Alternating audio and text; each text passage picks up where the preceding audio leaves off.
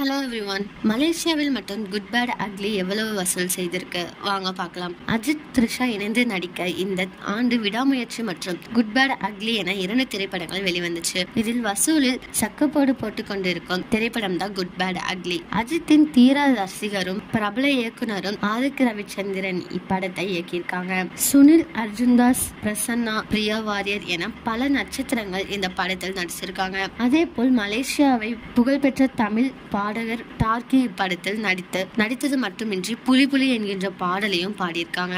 இப்படத்தில் அந்த பாடல் இடம்பெறும் காட்சி திரையரங்கம் தெரித்தது என்றுதான் சொல்ல வேண்டும். அந்த அளவிற்கு மாசாக இருந்தது. இந்த நிலையில் இப்படம் மலேசியாவில் மட்டும் இதுவரை எவ்வளவு வசூல் செஞ்சிருக்கு அப்படிங்கிற தகவல் கிடைச்சிருக்கு. அதன்படி குட் பேட் அக்லி திரைப்படம் மலேசியாவில் இதுவரை ரூபாய் 20 கோடி வசூல் செஞ்சிருக்காம். இது அஜித்தின் திரை வாழ்க்கையில் மாபெரும் சாதனை அப்படின்னு சொல்லியிருக்காங்க. இந்த வசூலை பத்தி நீங்க என்ன நினைக்கிறீங்க அப்படிங்கறத கமெண்ட்ல சொல்லுங்க.